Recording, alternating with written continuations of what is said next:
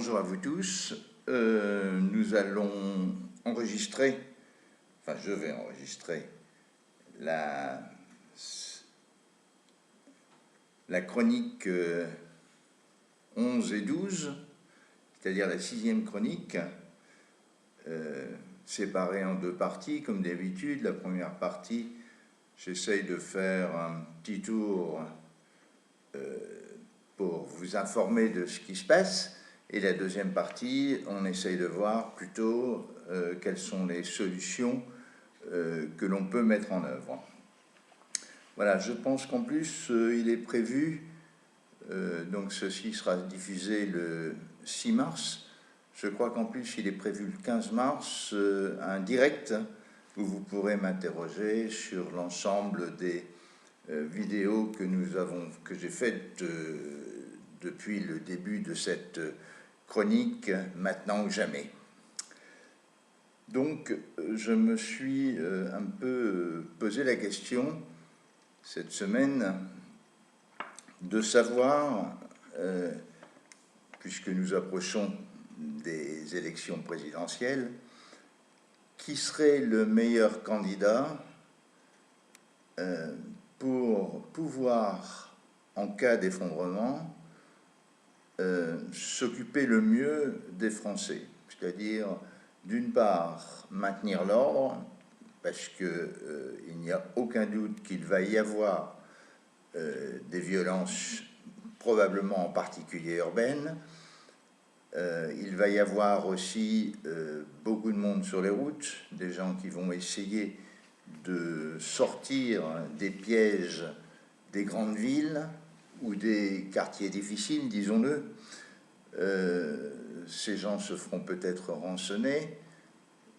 D'autre part, il y aura probablement, lors de cet effondrement dont je vous ai déjà pas mal parlé, il y aura très probablement des violences et des tentatives de prise ou de dégradation ou de prise de bases militaires ou de dégradation de centrales électriques, de transformateurs, de conduits d'eau, il y a aussi sur la France, il y a des pipelines qui passent, il y a des réserves de pétrole un peu partout sur le territoire. Donc l'État, le pouvoir en place, va devoir protéger ces biens communs, ce qui lui permet de continuer à fonctionner. Alors, je pense que c'est un des éléments que vous devrez prendre en compte si vous allez voter. Je crois que c'est le 23 avril ou quelque chose comme ça, ou le 23 avril. Si vous allez voter pour un candidat ou une candidate à la présidence, je crois que vous devez essayer de vous poser préalablement la question de savoir qui parmi ces candidats sera le plus apte à maintenir d'une part l'État français en place, d'autre part l'administration, d'autre part l'ensemble des services publics, et je pense que ça ne sera pas du tout évident, parce que, par exemple, un embrasement local, il n'y a aucun doute que, on fait venir des CRS de droite et de gauche, on voit souvent des convois sur l'autoroute, des convois de camionnettes de CRS, donc il est facile sur un embrasement local de déplacer des CRS. Si l'embrasement est général, ma crainte, c'est qu'il n'y ait pas assez de forces de l'ordre disponibles, en pensant que les militaires ne sont pas toujours aptes. C'est un peu violent, le travail d'un militaire est quelque chose de brutal, hein, d'une certaine manière, même si les CRS le sont parfois avec les manifestants. Je veux dire que ça pourrait être encore bien pire avec des militaires. Donc, il va y avoir des zones qui seront protégées en priorité. Je pense aux préfectures, je pense aux mairies, je pense au stockage stratégique, je pense bien sûr aux casernes, etc. Et le risque, c'est bien sûr de voir le reste de, de la population livrée un peu à elle-même. Est-ce que les hôpitaux, par exemple, seront alimentés, si on imagine une coupure de courant, qui va s'occuper d'alimenter les groupes électrogènes des hôpitaux? Parce que là encore, imaginons que plusieurs transfos explosent, que ce soit d'une manière volontaire ou presque involontaire. Si plusieurs transformateurs dans plusieurs zones explosent, les hôpitaux n'ont plus d'alimentation électrique.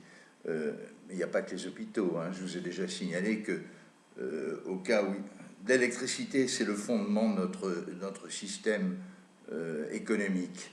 Donc sans électricité, il n'y a plus rien qui fonctionne. Les frigos, en quelques heures, dans les magasins, tout ce qui est dedans est à jeter pour des problèmes sanitaires généraux. L'eau, l'alimentation en eau des habitations n'est plus assurée parce que ce sont des pompes qui créent la pression. C'est plus dans le temps on avait des châteaux d'eau et puis c'était surtout les châteaux d'eau. Maintenant il y a encore des châteaux d'eau, mais pour les remplir il y a des pompes. Donc c'est plus l'écoulement naturel par des aqueducs et autre chose. Bon, il y a certaines zones qui bénéficient encore de cette possibilité, mais en fait très peu. Donc, et les militaires, ou les policiers, les CRS, les gendarmes, etc., penseront aussi, et c'est tout à fait normal, à protéger leur propre famille. Donc j'ai un peu peur que si on appelle les secours, ça ne soit pas toujours très bien assuré. Donc, lorsque vous voterez, je pense qu'il faut vraiment vous poser la question, pour en discuter le 15, de savoir qui, parmi les candidats, serait le plus apte à maintenir l'ordre dans le désordre. De Gaulle parlait de la chienlit. En fait, il faut bien comprendre que à partir du moment où tout part de tous les côtés, où tout part en sucette, sans ordre, ça sera le chacun pour soi, ça sera ceux qui seront les mieux armés qui s'en sortiront de mieux, ça sera ceux qui courent le plus vite qui s'en sortiront de mieux, et ça sera ceux qui n'ont pas besoin de médicaments qui s'en sortiront de mieux, ça sera ceux qui auront fait des stocks, des réserves qui s'en sortiront de mieux. Et encore, je ne parle pas d'un risque en plein hiver, parce que là, il y aura des problèmes de froid, il y aura des problèmes, surtout dans les parties nord de la France, il y a des tas de problèmes qui vont se greffer, qui se greffent très vite à une absence d'électricité. Parce que même les gens qui sont, par exemple, chauffés au fioul, sans électricité, s'ils n'ont pas prévu la possibilité d'une alimentation, soit photovoltaïque ou autre chose, ou même groupe électrogène, les pompes électriques du chauffage central ne fonctionnent plus. C'est la même chose pour tous les climatiseurs et les pompes à chaleur. C'est la même chose pour les frigos dans les maisons, parce que les frigos en arrêt, même en hiver ou en été, en quelques heures, vous pouvez jeter ce qu'il y a dedans, ou pas loin. Donc, toujours très difficile. Donc, qui va être... La question, c'est qui va être le plus compétent pour maintenir, disons, un semblant d'ordre, je ne dirais pas politique, mais de l'ordre des communications, d'ordre des échanges commerciaux, un minimum.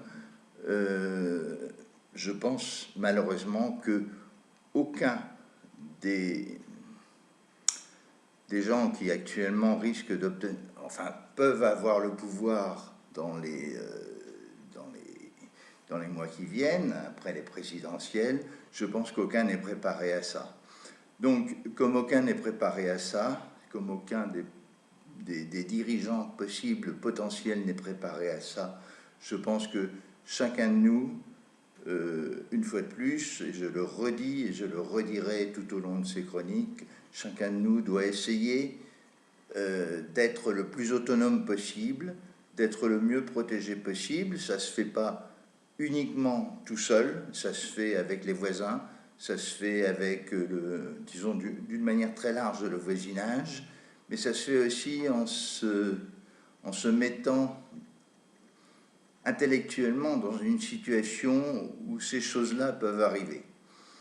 Voilà, donc on va voir dans la deuxième partie, donc ça sera la 12e petite vidéo, la prochaine.